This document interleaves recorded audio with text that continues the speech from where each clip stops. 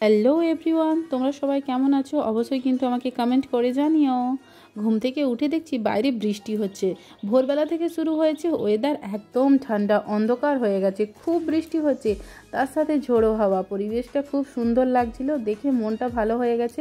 চলো স্নান করে রান্নাঘরে চলে এসেছি রান্না করার জন্য। এদিকে পুঁইশাক দিয়ে, বৈতাল দিয়ে, মাছের মাথা দিয়ে ঘন্ট হবে, আর কুঁদরি ভাজা, মাছের ঝোল, বড়ি আলু দিয়ে। চলো রান্না শুরু করা যাক। এদিকে কিন্তু মা সব সবজি কেটে রেডি করে দিয়েছে, আর বাইরে কিন্তু খুব বৃষ্টি হচ্ছে। খিচুড়ি তো বানতা হ্যাঁ, রাতের জন্য খিচুড়ি হবে, তার সাথে চিকেন কষা। তার জন্য বাবা চিকেন নিয়ে চলে এসেছে দোকান থেকে ভিজে ভিজে।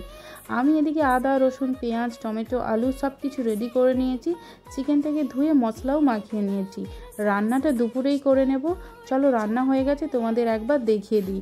তো রান্না হয়ে যাওয়ার পর আমি কিন্তু সবাইয়ের জন্য লাঞ্চটা সার্ভ করে নিচ্ছি। টাটা বন্ধুরা, আজকের ব্লগটা কেমন লাগলো তোমাদের জানিও।